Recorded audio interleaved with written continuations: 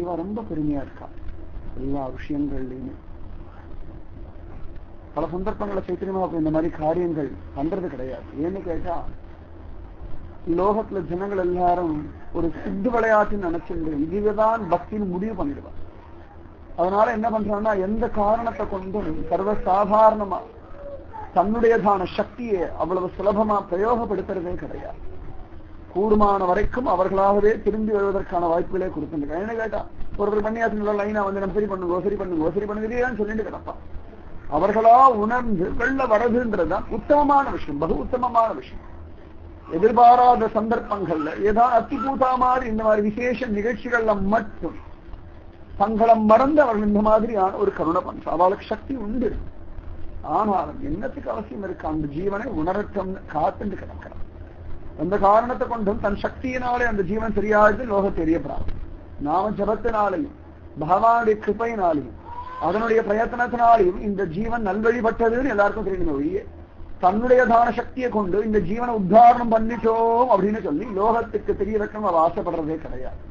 அதனால என்ன பண்றா, எல்லா சந்தர்ப்பங்கள்லையுமே இந்த ஜீவர்களிடத்திலே தங்களுடையதான இந்த சக்தியை காட்டுறதே கிடையாது. ஆனாலும் இவர் சார்வபௌமர் உத்தமமான பக்தனா இருக்கிற காரணத்தினாலையும் இவனிடத்துல தேவையில்லாத ஆச்சரியமும் ராஜசமும் தாமசமும் மலிஞ்சு கிடக்கிற காரணத்தினாலையும் சைத்தன்ய மகாபிரபு எப்படியான உத்தாரணம் பண்ணணும்னு நினைச்சு அவன் ஹிருதயத்துல கைய வச்சு அவ்வளவு அழகா சொன்னார். உடம்பு ஒரு சொல்லு சொல்லிச்சு. உடனே அவ்வளவு அமோக், நீ உத்தமமான இப்ப கிருஷ்ண பக்தன், எழுந்து ஹரிபோல் ஹரிபோல்னு சொல்லு பார்க்கலாம், கிருஷ்ணநாம சங்கீதம் சொல்லு பார்க்கலாமுக்கா. சரீர நினைவே இல்லாம மயக்கத்துல இருந்த அந்த சரீரம் சொல்லி விரிச்சு எழுந்தது. ஸ்ரீகிருஷ்ண அப்படின்னு ஆனந்தமா புலம்ப ஆரம்பிச்சு. ஸ்ரீகிருஷ்ண கோவிந்த ஹரே முராரி ஹேநாத நாராயண வாசுதேவா கதறித்த அந்த ஜீவன் இதுவரைக்கும் பகவான் இல்லைன்னு நாஸ்திகம் பேசிண்டு எல்லா விதமான லௌகீகமான தவறுகளையும் பண்ணின்று வாழ்க்கையை வீணடிச்சு கடந்த அந்த சரீரத்துக்கும் அந்த ஜீவனுக்கும் இந்த ஆச்சாரிய கிருபையினால ஒரு நல்ல கதி கிடைச்சு. எத்தனையோ நாளா சைத்தன்ய மகாபிரபு காத்துட்டு இருந்தார். விஷயமெல்லாம் தெரியாமலா இருக்கும். காத்துட்டு கடந்தார். ஒரு சந்தர்ப்பம் வந்தது, ஜீவனை உத்தாரணம் பண்ணி. நிச்சயமாவே பெரியவர்கள் எல்லாரும் பெரியவர்கள், அதுல கிஞ்சித்து கூட சந்தேகமே வேண்டாம். அவர்களுடைய பலத்தை திருடமாக நம்புங்கள். அவளுடைய தபச திருடமா நம்புங்கள். அவர்கள் சொல்லிக் கொடுத்ததான நாம சங்கீர்த்தனத்தை திருடமா ஜபம் பண்ணுங்க. இந்த ஷாடி பல நாள் பிரார்த்தனை பண்ணிட்டு இருந்தா ஹிருதயத்துக்குள்ளே, பிரபோ இந்த கணவனை எப்படியாவது சரி பண்ணி கொடுத்துடும். ஆனா அன்னைக்குதான் அவளுக்கு அசாத்தியமான ஒரு திருடம் வந்து. பிரார்த்தனை எப்ப பலித்தமாகிறதுன்னா நமக்கு அசாத்தியமான ஸ்ரத்தையும் திருடமும் வந்து அந்த க்ஷணமே பலித்தமாகும். அதே பேருக்கு இந்த ரகசியம் தெரிய மாட்டேன். பிரார்த்தனை எப்ப பரிபூர்ணமா சித்தி அடையிறதுன்னா உங்களுடைய ஸ்ரத்தையும் திருடமும் இதுக்கு மேல ஸ்ரத்தைக்கோ இதுக்கு மேல திருடத்துக்கோ அளவில்லைன்ற எல்லையை நீங்க அடையும். சரியா சொல்லணும்னா கஜேந்திரன் ஆதி மூலமேனு கத்தினான, இதுக்கு மேல முடியாது, இதுக்கு மேல ஒண்ணும் இல்லைன்ற ஒரு எல்லை. திரௌபதி கதறினாலே கோவிந்தா புண்டரீகாட்சா ரக்ஷமாம் சரணாகதன்னு கதறினாலே அந்த எல்லை வரைக்கும் பகவான் வரல. அது வரைக்கும் அவளும் கிருஷ்ண பக்த தான், சந்தேகம் இல்லை. அது வரைக்கும் பல தடவை அவளும் கிருஷ்ணா கிருஷ்ணா கிருஷ்ணன் சொல்லியிருக்கா, சந்தேகம் இல்லை. ஆனா அந்த சந்தர்ப்பத்திலையும் அந்த அசாத்தியமான திருட விசுவாசமும் இந்த குழந்தை என்ன எப்படியாவது காப்பாற்றுன்னு ஒரு கதறினாலே, இந்த சரீரம் உன்னுடைய எதிரா காப்பாற்றுறான்னு கதறினாலே அந்த கதறல் கேட்டு அடுத்த க்ஷணம் இந்த திரௌபதிக்கு வஸ்திரமா என்று நான் வந்து கிருப பண்ணேன். அவ்வளவு சிரேஷ்டம், சர்வசிரேஷ்டம் சர்வசிரேஷ்டம் அந்த திருடம் இருந்துடுச்சுன்னா நிஜமாவே ரொம்ப விசேஷம். அந்த திருடம் குறையாம இருக்கு. என்ன ஆகுறதுன்னு கேட்டா, ஏதான ஒரு பிரச்சனை ரொம்ப திருடமான பிரார்த்தனை வரும். இந்த பிரச்சனை முடிஞ்சு போயிடுச்சு அப்படின்னா உடனே கடகடகடன்னு இறங்கி வந்துடும். லௌகீகத்தை அப்படி ஓடிட்டு. சரியா சொல்லணும்னா எந்த பிரச்சனைகள்லாம் தன்னால முடியுமோ அப்போதெல்லாம் திருடம் போயிடுறது, விசுவாசம் போயிடுறது, நாமஜபம் போயிடுறது. இவ்வளவுதானே பார்த்துக்க பழக்கமானதுதான் அப்படின்னு தோணிப்பாரு. ஒரு லெவல் ஒரு எல்லைக்கு மேல இது தனக்கு புரியாதான ஒரு பிரச்சனை என்ன பண்ண முடியும் தெரியாத பட்சத்துல உடனே தானே பகவத் பக்தி நாமஜம் சந்தே இல்லாம எப்பொழுதும் குறையாம இருக்கணும். இது ஏறி இறங்கின்னு அப்படியே தான் இருந்திருக்கும் வாழ்க்கை. ஒரே சமச்சீரா இருக்கு வாழ்க்கை. அந்த ஷாடியுடைய பிரார்த்தனை அவ்வளவு அழகா சைத்தன்ய மகாபிரபு அனுகிரகம் பண்ணார். அமோக உத்தாரணம் ஆனான். சைத்தன்ய மகாபிரபு அவனை ஆலிங்கனம் பண்ணின்றான்.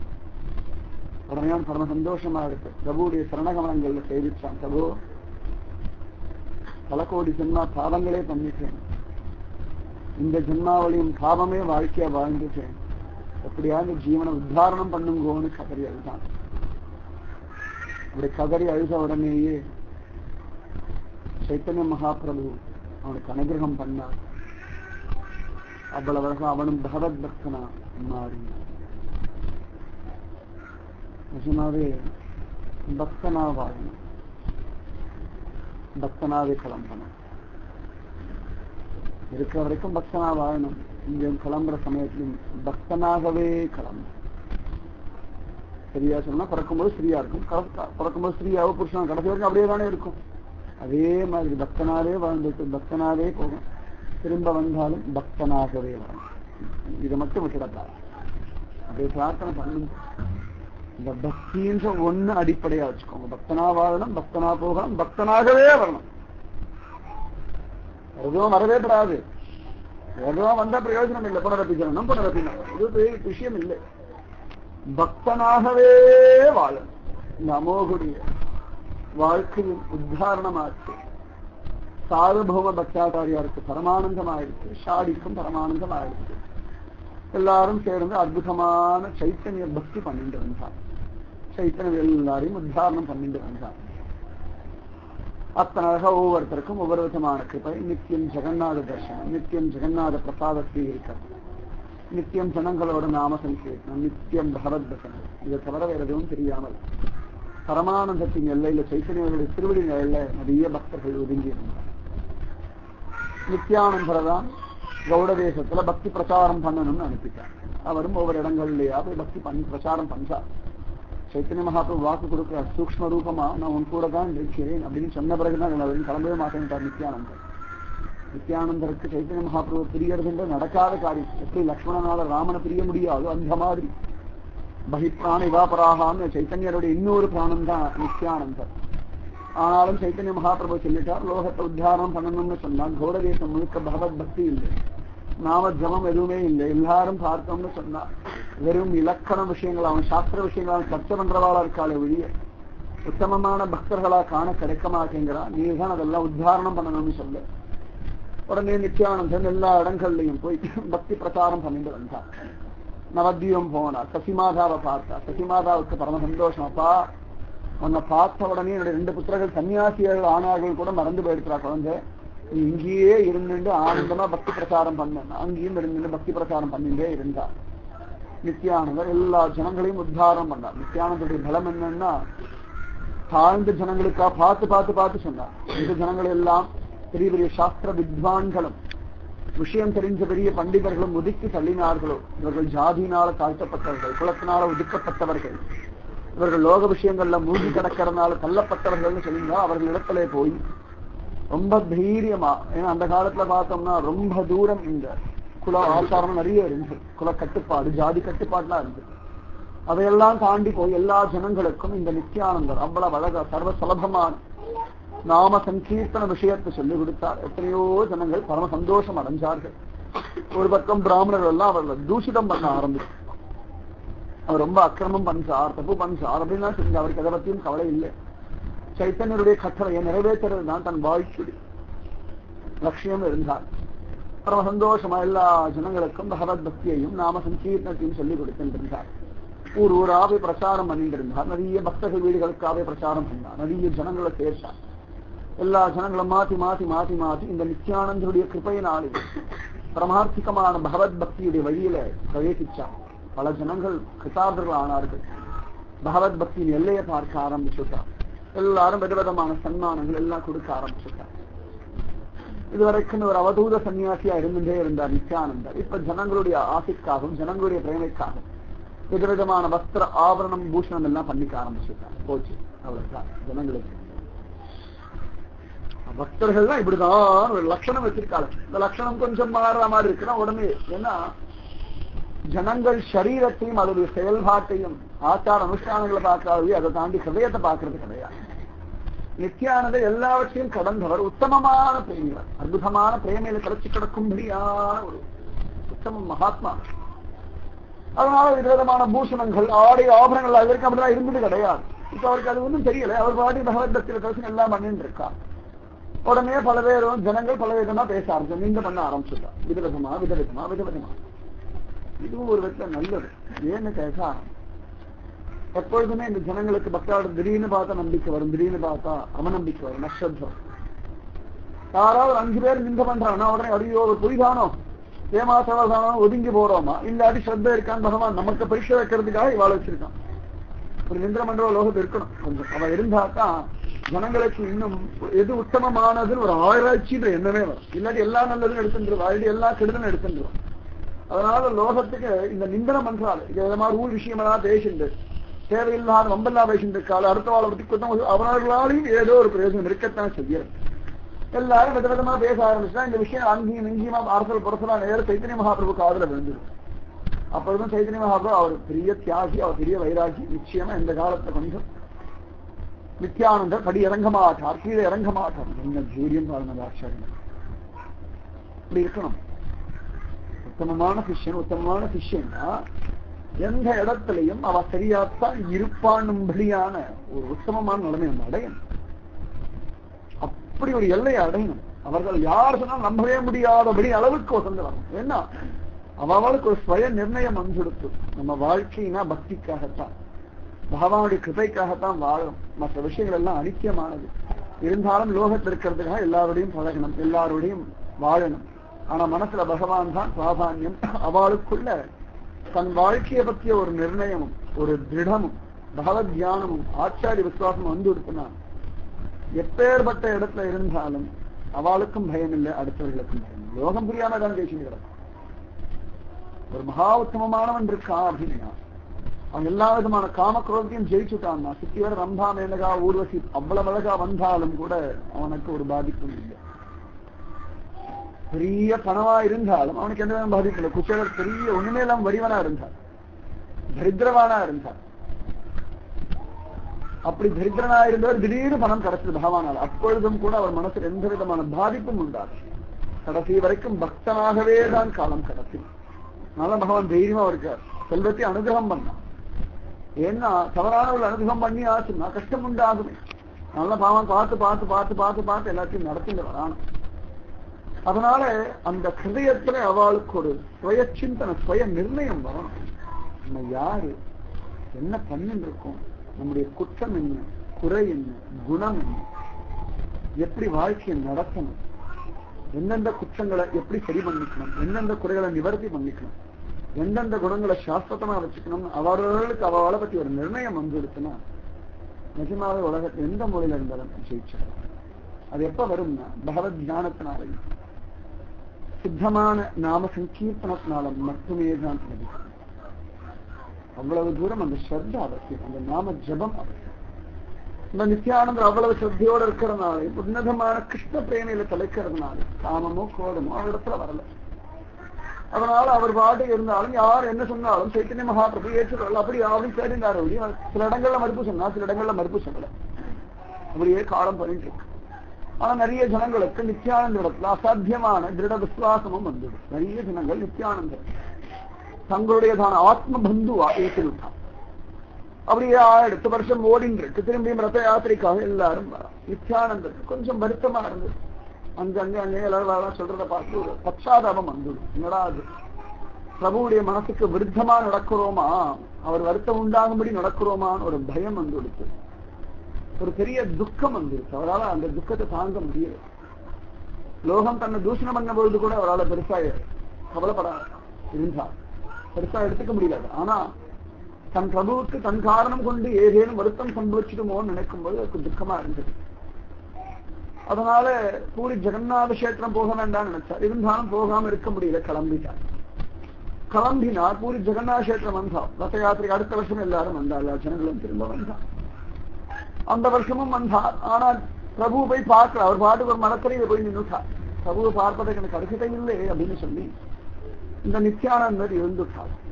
எல்லாரும் போய் பிரபு இடத்த சொன்னார், நித்யானந்தர் வந்திருக்கார், ஆனா உங்களை பார்ப்பதற்கு சங்கோஜப்பட்டேன். ஒரு மரத்தடியில நின்று இருக்கார் அப்படின்னு சேதன ஓடினார். பிரேம உன்மாதத்தில் என்ன உத்தமமான பக்தனாச்சு. நிஜமாவே அப்படி ஒரு பக்தி பண்ணும்போது அவருக்கு பக்தி பண்ணலாம். என்ன கஷ்டம், காசு பண்ண நஷ்டமா, நேர விரையும் ஒண்ணும் கிடையாது.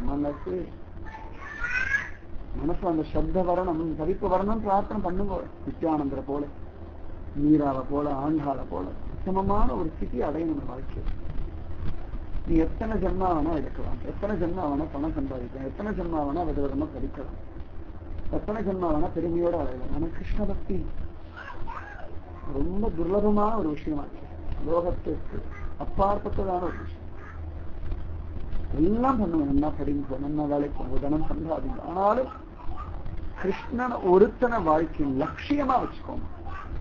அந்த லட்சியமா வச்சுட்டு மற்ற எல்லாத்தையும் அந்த லட்சியத்திற்கு சகாயம் பண்ணக்கூடியதா வச்சுக்கோங்க. படிப்பா இருக்கட்டும், வேலைக்கு போகிறதா இருக்கட்டும், தனம் சம்பாதிக்கிறதா இருக்கட்டும், கல்யாணமா இருக்கட்டும், குழந்தை பெற்றுக்கிறதா இருக்கட்டும், அந்த குழந்தைகளை உருவாக்குறதா இருக்கட்டும், சமுதாய கடமைகளா இருக்கட்டும், எல்லாமே கிருஷ்ண பக்தியில வளர்வதற்கான ஒரு சாதனமா வச்சுக்கோங்க. ஆனா என்ன ஆயிடுச்சுன்னா பக்தின்ற ஒரு விஷயத்தை லௌகீகமான சாதனமா உபயோகப்படுத்த ஆரம்பிச்சுட்டோம். பக்திக்காக இவைகளை உபயோகப்படுத்துறதை விட்டுட்டு இவைகளுக்காக பக்தின்னு இப்படி வந்துட்டோம். அதனாலதான் பக்தி ஒண்ணும் புரியாம அலைஞ்சிட்டு கிடக்கும்.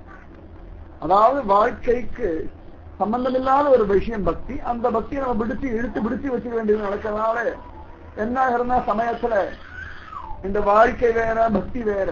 என்னோட சிஷ்யன் ஒருத்தன் கேட்டான், நீங்க சொல்ற எப்படி பண்ண முடியும், ரெண்டுத்தையும் ஒரே சந்தர்ப்பத்தை பண்ண முடியுமா, பக்தியையும் லௌகீகமான வாழ்க்கையும் ஒன்னா பண்ண முடியுமா அப்படின்னு கேட்டான். நான் சொன்னேன், ஏன் தனித்தனியா பிரிக்கலாம், இல்ல ரெண்டுத்தையும் சேர்ந்து பண்ண முடியுமா அப்படின்னு. நடக்கிறோம், மூச்சு விடுறோமே சேர்ந்தானே பண்றோம், ரெண்டு காரியம் தானே பண்றோம். பேசுறோம், மூச்சு விடுறோமே சேர்ந்தானே பண்ணிட்டு இருக்கோம். தூங்குறோம், மூச்சு விடுறோம், சேர்ந்தானே பண்ணிட்டு இருக்கோம். குளிக்கிறோம், மூச்சு விடும். நான் சொல்றேன் ரெண்டு காரியமா சொல்றேன். என்னைக்காவது மூச்சும் சேர்த்து விட வேண்டியிருக்க பண்றோமா, அந்த சிந்தனையே வரதில்லையே. நடக்க மட்டும் வந்தா பரவாயில்ல, மூச்சு வேற சேர்த்து விட வேண்டியிருக்கு. சாப்பிட்டா மட்டும் பரவாயில்ல, மூச்சையும் சேர்த்து விட வேண்டியிருக்கேன்னு எல்லாத்துக்கும் இந்த மூச்சு விடுறது ஒரு பெரிய விஷயமா. மூச்சு வேற சேர்த்து விட வேண்டிய யோசனை பண்றதே இல்லை. ஏன்னா இது இல்லாம வாழ்க்கைன்னு ஒண்ணு நடத்த முடியாதுன்னு ஒரு நிலையத்துக்கு வந்துட்டோம். மூச்சு விடாம எந்த காரியமும் பண்ண முடியாதுன்னு ஒரு நிலையம் வந்துடுச்சு. நடந்தாலும் சாப்பிட்டாலும் தூங்கினாலும் பேசினாலும் என்ன பண்ணாலும் மூச்சு விடுறதுன்னு பண்ணி ஆகணும் வந்துருத்தோம். அந்த மாதிரி பக்தின்றது மூச்சு மாதிரி ஆயிடணும். பக்தி இல்லாம வாழ்க்கையில எந்த காரியமும் பண்ண முடியாது ஒரு ஸ்திதி. அப்ப எப்படி பிரிக்க முடியும்? இது என்ன ஆயிடுச்சுன்னா பக்தி வாழ்க்கை தனி, உலக வாழ்க்கை தனி. யார் சொன்னா? நிறைய பேருக்கு மனதில் உட்கார்ந்து இருக்கு, இது உலகம் வேற, பக்தி வேற, பகவான் வேற, எல்லாம் தனித்தனியா பிரிச்சுட்டோம். எல்லாம் ஒன்னா இருக்கிறது எல்லாம் தனித்தனியா பிரிச்சுட்டோம். ரோஜா தனி, ரோஜாவுடைய வாசனை தனி, பழம் தனி, ருச்சி தனி, இப்படி பிரிக்க முடியுமா? காற்று தனி, அதோட சஞ்சல சுபாவம் தனி பிரிக்க முடியுமா? சூரியன் தனி, அதோட கணங்கள் தனி பிரிக்க முடியுமா? ஜலம் தனி, அதோடைய அந்த குளிர் சீதளம் தண்ணி மாற்ற முடியுமா? முடியாது. அந்த மாதிரி இந்த பக்தின்ற ஒரு விஷயம் வாழ்க்கையுடையதான ஒரு விஷயம், வாழ்க்கையுடைய அத்தியாவசியம், வாழ்க்கையுடைய அஸ்திவாரம். அதனால இது சேர்ந்து இல்லை, இது பண்ணாலும் பண்ண முடியாது. ஆனா ரொம்ப அழகா கேட்டோம் அந்த குழந்தையுடைய அந்த ஆசை. அவனுக்கு பின்னாடி சொன்னா, இப்ப என்னமோ நன்னாதான் இருக்கு, பின்னாடி பண்ண முடியுமா, எல்லாத்தையும் சேர்ந்து பண்ண முடியுமா? அதுக்காக அந்த பதில் பகவான் கொடுத்த பதில். என்னுடைய புத்திசாலிக்கு தான் அந்த பதில் இல்லை, கிருஷ்ண சங்கல்பத்தினால உண்டானது. அதனால இது தனித்தனியா பிரிக்க முடியாது. அதனால பக்தி தான் வாழ்க்கை. யாரோ ஒரு அப்பா அம்மா சொல்லலாம், நீ மூச்சு விடாம இருக்கணும் சொல்றாங்க, அதை பண்ணாம இது பண்ணாம யாரோ ஒரு அப்பா அம்மா மூச்சு விடாம இருக்குன்னு சொல்லுவாங்க. அந்த மாதிரி இந்த பக்தி பண்ணியே ஆகணும், பக்தி பண்ணியே ஆகணும். பக்தின்றது வாழ்க்கையுடைய அத்தியாவசியமானது, அவசியமானது, அனாவசியம் இல்லை. ஏதோ தேவையில்லாத நம்ம பிடிச்சு இழுக்கி வச்சுண்டு காலத்தை ஓட்டுறதுக்காக ஒரு விஷயம் இல்லை. ஏற்கனவே சமய சமந்துண்டு இந்த சமய மறக்கிறதுக்காக ஒரு பாட்டு பாடின்னு போற மாதிரி இல்லை பக்தி. நிறைய பேர் பார்த்தோம்னா அந்த சமய சமக்கிறது தெரியாம இருக்கிற பாட்டு பாடுவான், இந்த மூட்டை சமக்கவாலாம்.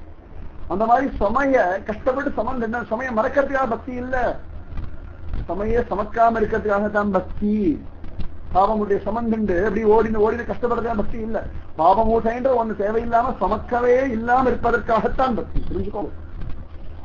அதனால அவ்வளவு அழகா அந்த உத்தமமான நிலைமை அடைய முடியும். நித்யானந்த நிலைமை அடைய முடியும். ரூப கோஸ்வாமி நிலைமை அடைய முடியும். சைத்தன்ய மகாபிரபுடைய நிலையை அடைய முடியும். ராமானுஜன் நிலைமை அடைய முடியும். அடைய முடியாதுன்னா கேட்க வேண்டிய அவசியம் கிடையாது. பாகவதம் கேட்க வேண்டிய அவசியம் கிடையாது. மோட்சமே கிடைக்காதுன்னா பாகவத சப்தாக அவசியமே கிடையாது. நிஜமா சொல்றேன். சும்மா ஏதோ கதை பண்ணி அவாவ வயிற்று பழப்பு நடத்துறதுக்காக பிரவசன வயிற்று பழப்பு நடத்துறதுக்காக ஒரு பாகவத சப்தாகம்னா உட்காந்து கேட்கிற ஜனங்களும் அவசியம் இல்லையே. வயிற்று பழப்பு நடந்து உலகத்தில் எவ்வளோ 1000 வழிகள் இருக்கு.